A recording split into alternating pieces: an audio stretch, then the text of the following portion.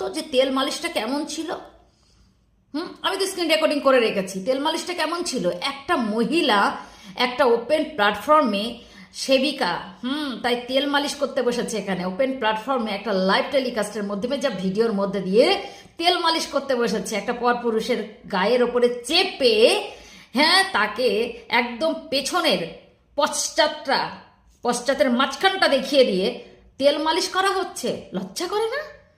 হুম লোকের লোকের দিকে আঙুল তোলো তোমরা, আঙুল। শোনো, সবার রেকর্ডিং এখানে ধরা রয়েছে, তাই আঙুল তুলতে এসো না, আঙুল তুলতে এসো না। হ্যাঁ, মাথা থেকে পা অব্দি রেকর্ডিং একদম, মানে ভিডিও করা রয়েছে, তোলা রয়েছে।